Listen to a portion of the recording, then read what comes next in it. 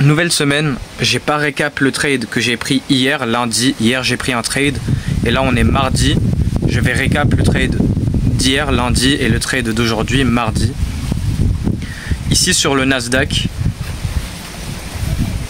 qu'est-ce que je voulais dire? Je sais pas. Si je retrouve ce que c'est que je voulais dire, je vais donc vous dire. On est bullish sur le Nasdaq, j'essaie de ranger haussière et j'ai le biais à ce que soit on retrace, on respecte, parce que là sur cette journée, cette journée, on respectait cette fair value gap, cette FVG BC haussière sur le daily, plus l'order block. Donc j'ai le biais à ce que soit on fait ce pullback, higher low, retracement dans la IRL, pour ensuite faire le retournement et continuer cette tendance à la hausse pour aller vers le higher high laissé précédemment, qui est donc la ERL, et faire un buy model à l'intérieur de ça. Ou alors on continue la baisse.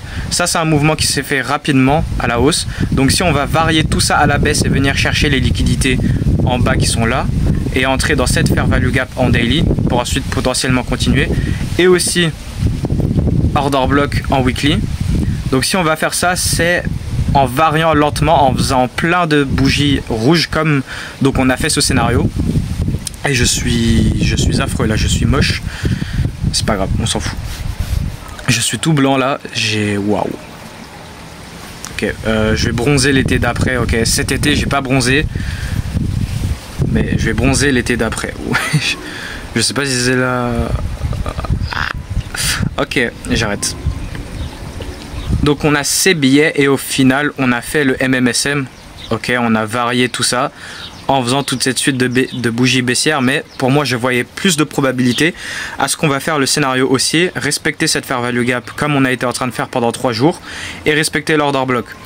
Et j'ai essayé de prendre l'achat lundi, c'était un bon setup, et j'ai pris l'achat aujourd'hui aussi qui a perdu. Et au final on a fait la baisse. Donc le marché, je pensais aussi, on imprimait plein de liquidités à basse résistance.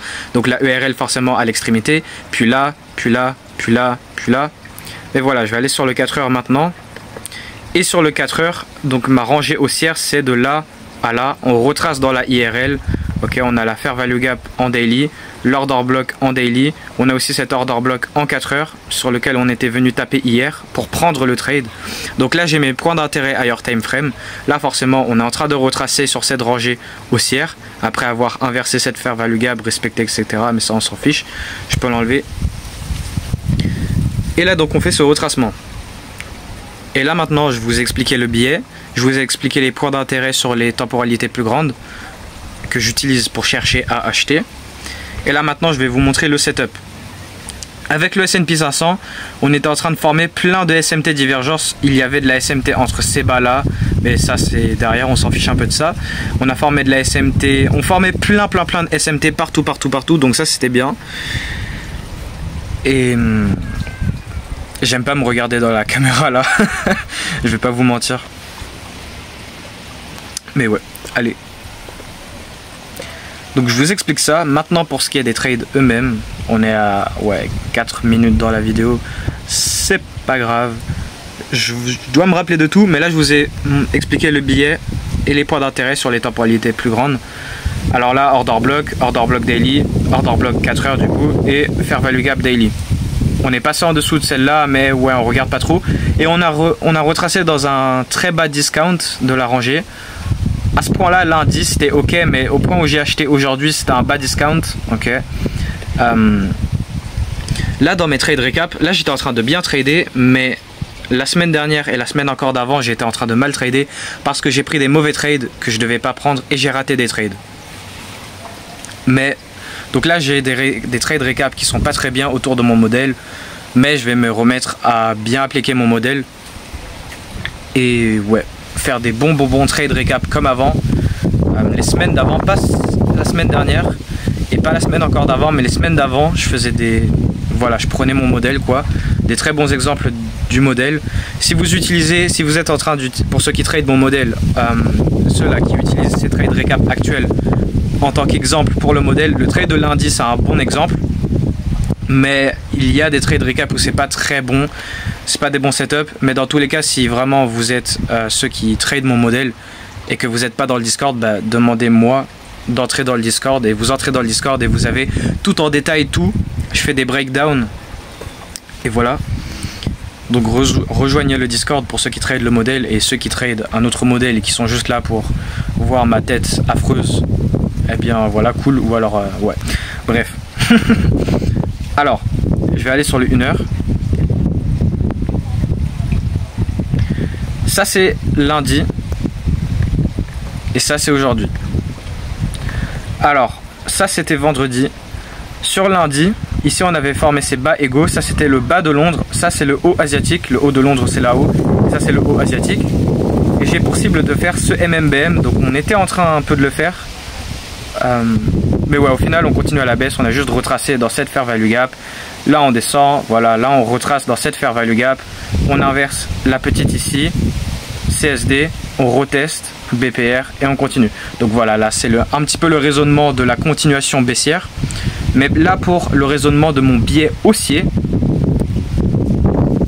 et que ça c'est le bas de vendredi. Nous avons formé des bas égaux avec les hauts de Londres. Et là on a eu un sweep. Ce sweep il était accompagné avec une SMT divergence avec le S&P 500. Pas entre le bas qui est ici, mais entre les bas qui sont à l'intérieur là. On est donc sur l'order block en daily, plus la fair value gap en daily. On est aussi sur l'order block en 4 heures. Donc on venait juste de taper sur l'order block en 4 heures. Et ma tête elle est wesh. C'est quoi cette dinguerie? Je l'ai déjà pas dit, je l'ai déjà dit pas mal de fois dans mes vidéos qu'en fait j'ai l'impression d'avoir une tête différente à toutes mes vidéos. Alors que c'est pas vraiment le cas. Mais là, ouais là, mes cheveux c'est n'importe quoi, ma tête pareil. C'est pas grave. Je suis plus beau que Sensei, donc après, pas pour être méchant, mais vas-y. Alors, on venait juste de taper dans l'order block avec le sweep de Londres, sweep de liquidité, SMT divergence. Et là maintenant, je cherche l'inversion du mouvement de manipulation en lower time frame pour prendre l'achat et venir viser l'extrémité pour faire ce buy model et se connecter avec toute la narrative que je vous explique. ERL sur le market maker buy model sur le 4 heures daily. On a généré plein de liquidités à basse résistance, donc là en fait on formait une bonne narrative pour si on allait faire un buy model, mais au final on l'a pas fait. Bon, en vrai on s'en fout. On est là pour mes trades recap, pas ma tête. Je suis plus beau, je suis plus beau dans d'autres trades recap, donc allez voir cela. Et en plus je montrais des vrais exemples du modèle. Bon là c'est un vrai trade, mais le trade d'aujourd'hui, là aujourd'hui j'ai pris un mauvais trade. Je vais vous l'expliquer. Actuellement j'ai pris des mauvais trades et j'ai raté des trades. Mais ouais, lundi, bon setup par contre. Donc là je vous ai expliqué cette narrative. Je prends bien mon temps, hein. Je veux juste être chill, je vais pas vous expliquer ça en 3 minutes et bam je me taille, j'explique tout. On avait donc sweep les bas ici, des bas égaux, SMT divergence. Où est-ce que je vais là? Donc là on est en train de former de la SMT avec le S&P 500. Et là ce qu'on est venu me faire, c'est qu'on est venu me Didi grab. Donc là forcément j'ai décalé mon TP, mais mon TP c'est là-haut pour un 2 RR à l'extrémité. Et au final on est parti monter, mais ouais on est juste venu retracer par rapport à cette rangée baissière comme je vous ai expliqué, venir dans la fair value gap horaire là-dedans pour ensuite continuer et aller faire des lower low et continuer la baisse actuelle pour faire le MMSM sur le daily au lieu du MMBM sur le daily MMSM. Et alors, donc le trade il aurait quand même pu se faire, le billet il s'est fait, mais là c'est un de ces jours où les conditions vraiment ils étaient affreux. Le S&P 500, regardez ça, ça c'est 9 h, donc le market open il est ici et jusqu'à 18 h on a eu que de l'avant-arrière, avant-arrière, avant-arrière, avant-arrière. Et sur le Dow Jones pareil, c'était affreux. Il y avait un setup mais je l'ai pas pris parce que j'avais pris ce setup et de toute façon ce setup sur le Dow Jones il aurait soit break-even ou soit stop loss. Alors on a eu le mouvement de manipulation et là une fois l'inversement j'ai pris l'achat. Ensuite on est revenu pour... Ah ouais en fait ok. Au moment de ce trade on n'avait pas tapé sur l'order block en 4 heures. Au final on est venu le taper. Mais même le setup qui s'est fait après c'était pas très bon. Et ouais quoi, vous voyez c'est une de ces journées où les conditions étaient pas très bonnes. Mais j'ai pris un trade parce que mon modèle il était présent et c'était un bon trade. Et sur le moment là, pendant ce moment, vu que c'était le début du market open, vu que c'est un trade pris dans la macro de 10 heures, eh bien sur ce moment là le market il était bien, mais après voilà, il s'est mis à faire de l'avant-arrière. Ensuite sur le 5 minutes, donc on avait formé plein de SMT divergence entre plein de bas. Et ensuite ici cool, on a manip d'un côté pour manipuler là, et là ça c'est mon mouvement de manipulation.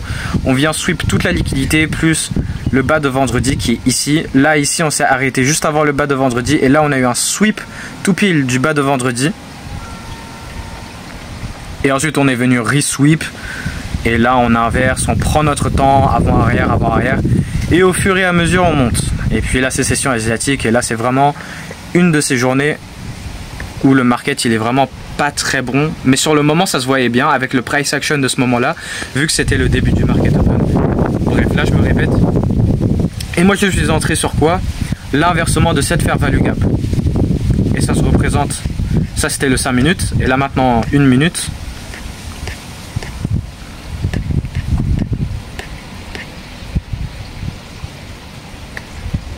Le dernier mouvement de manipulation c'est ça c'est le swing de manipulation.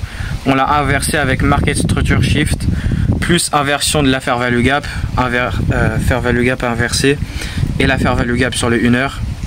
Et là voilà, petit retracement, on est parti, tout se passait bien, et puis ensuite on a descendu. Et là pour le trade d'aujourd'hui, donc on retourne sur notre rangée haussière bullish. Et là voilà, au final on fait ce MMSM, mais moi je voyais un potentiel MMBM à partir de nos points d'intérêt, rééquilibrer la rangée haussière, IRL vers ERL, et puis venir chercher toutes ces liquidités à basse résistance. Sauf qu'au final non, mais c'est quand même de la liquidité à basse résistance pour plus tard. Et là au final on fait l'autre billet, parce que voilà, il y a toujours différents billets, lequel va se faire, on réagit sur le moment. Et là on est venu dans la fair value gap en daily. Non, on n'est pas venu, mais voilà, je suis en train de vous dire qu'au final, on fait le MMSM, on vient chercher ces liquidités, on va venir dans cette fair value gap et l'order block en weekly, comme je vous ai expliqué. Et alors, pour le trade d'hier, ça c'était la journée de lundi, le bas de la journée de lundi. Donc, on est toujours dans l'order block. Et j'ai acheté ici, donc ça c'est la bougie horaire de 9 heures. Et j'ai acheté juste après 10 heures durant la macro.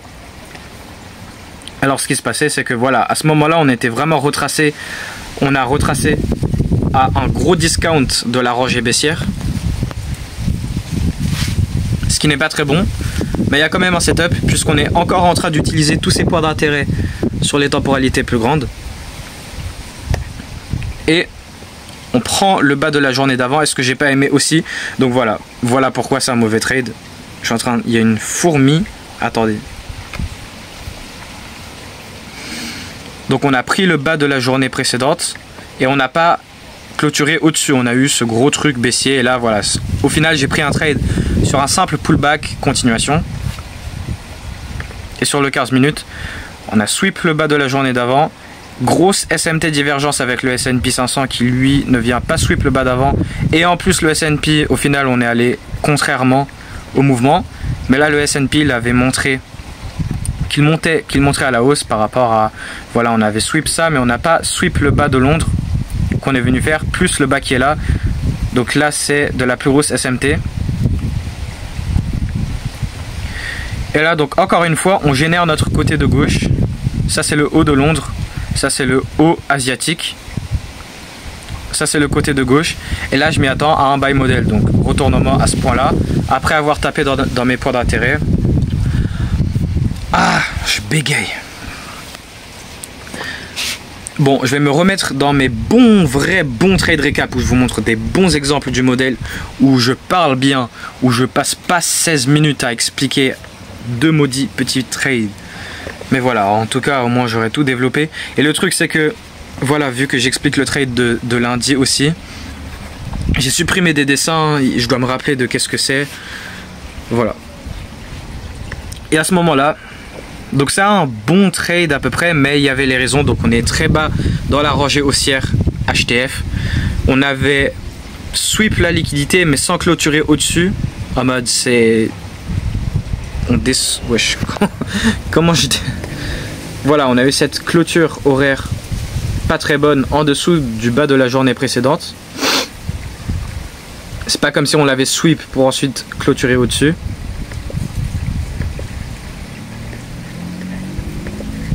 Et là c'est le type de setup.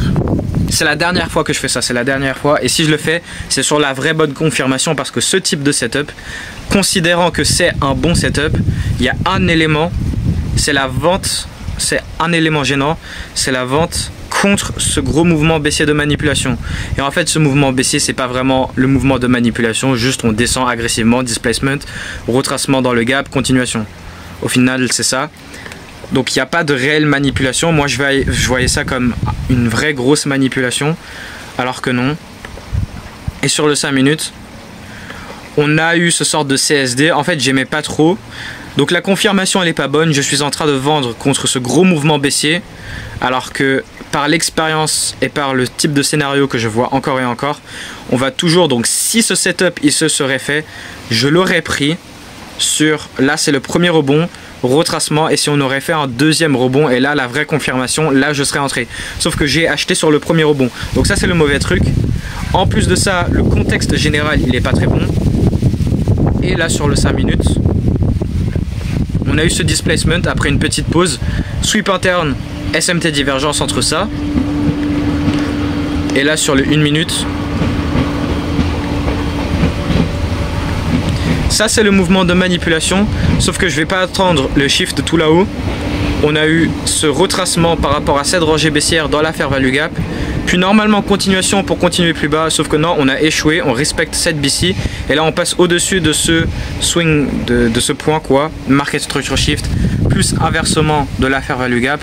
Et donc ça c'est mon inversement, et j'ai acheté voilà là-dedans quoi, on s'est mis à faire une petite pause. Je cherchais à acheter au retour dans la fair value gap sur le 5 minutes, sauf que au final j'ai pas fait ça.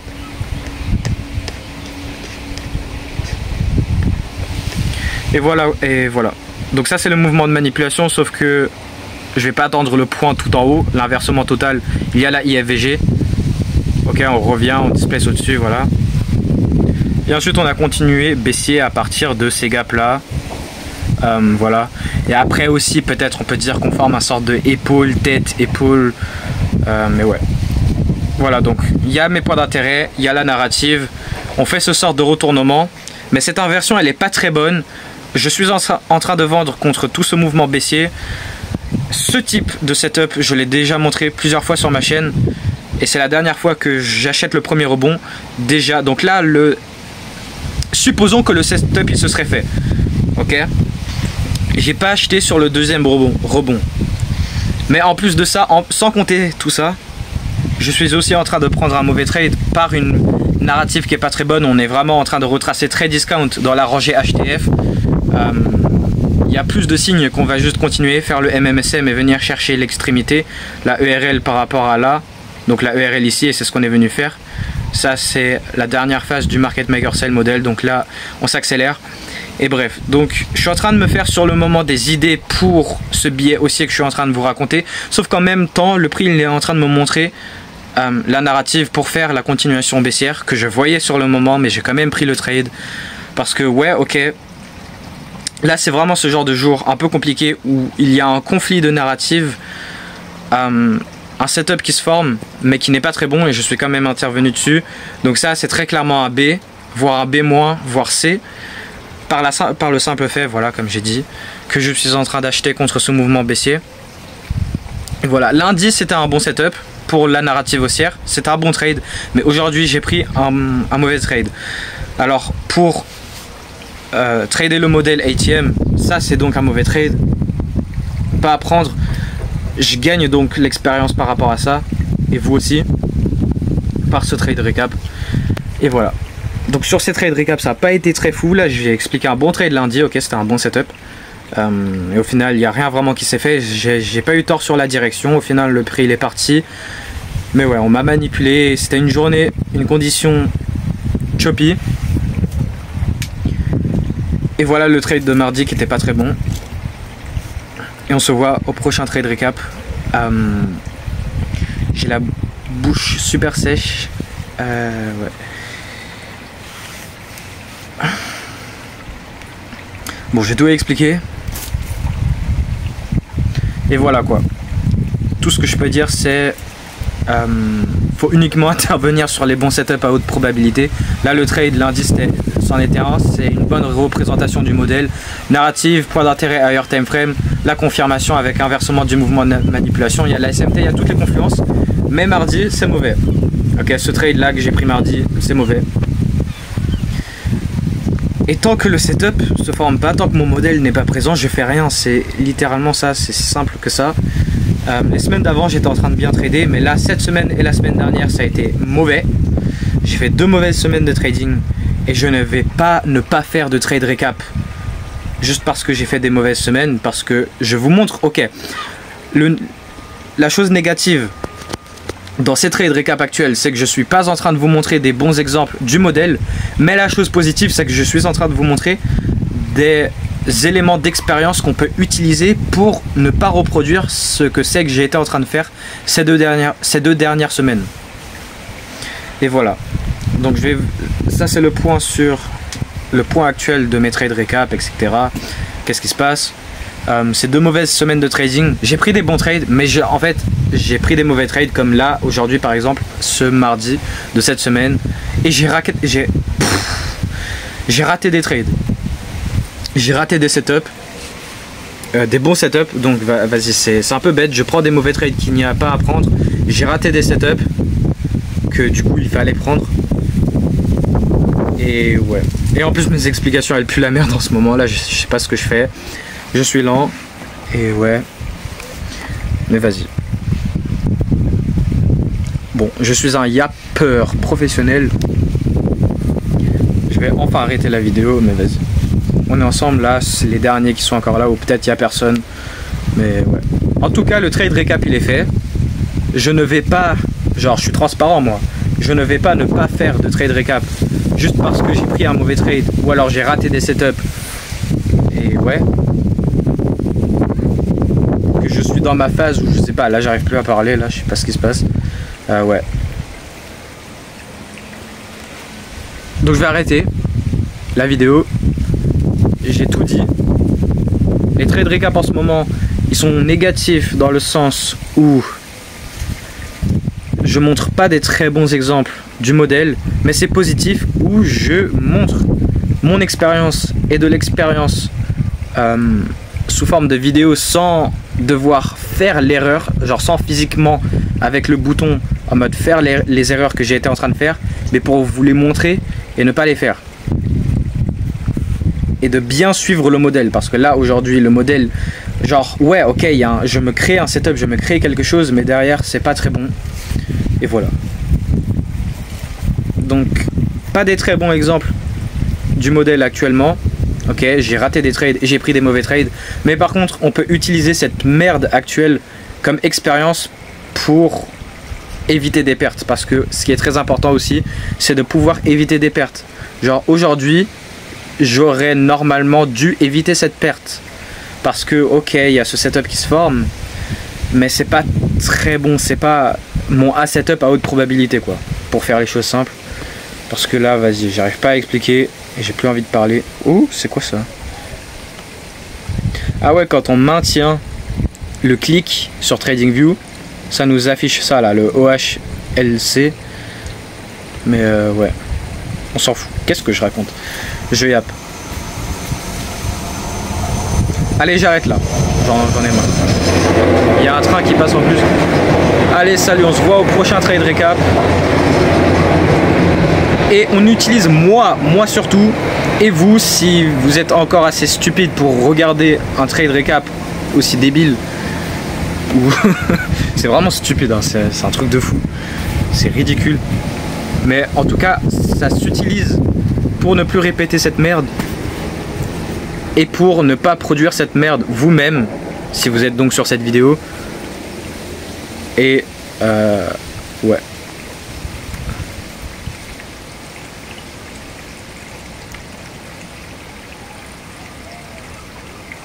Allez, j'arrête.